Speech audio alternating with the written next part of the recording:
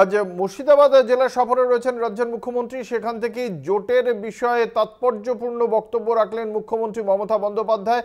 জোটের ক্ষেত্রে আবারও একলা চলার বার্তা দিয়েছেন তিনি বলেছেন তৃণমূল কংগ্রেস জোট করতে চেয়েছিল, কিন্তু কংগ্রেস জোট চায়নি।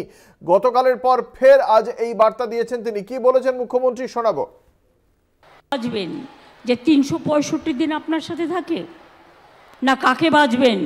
নির্বাচনের আগে আসবে, বসন্তের কোকিলের মতো কুহু কুহু করে ডাকবে, আবার পালিয়ে যাবে। আপনি তাকে চান না আপনি ৩০০ দিনের পাহারা ৩৬৫ দিনের পাহারাদার চান? কাকে চান?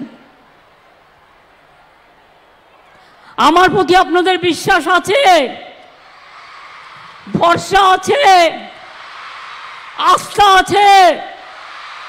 মনে রাখবেন, দিল্লি জয় আমরাই করব, বাংলা পথ দেখাবে, বাংলায় আমরা একা লড়ব।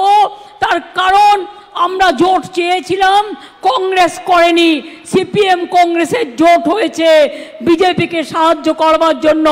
আমি সিপিএম করি না, আমি সিপিএম করি না, আমি বিজেপি করি না, আমি বিজেপি করি না, আমি করি না।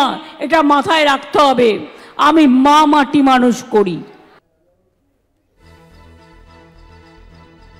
আপনারা শুনলেন মুখ্যমন্ত্রী মমতা বন্দ্যোপাধ্যায়ের বক্তব্য।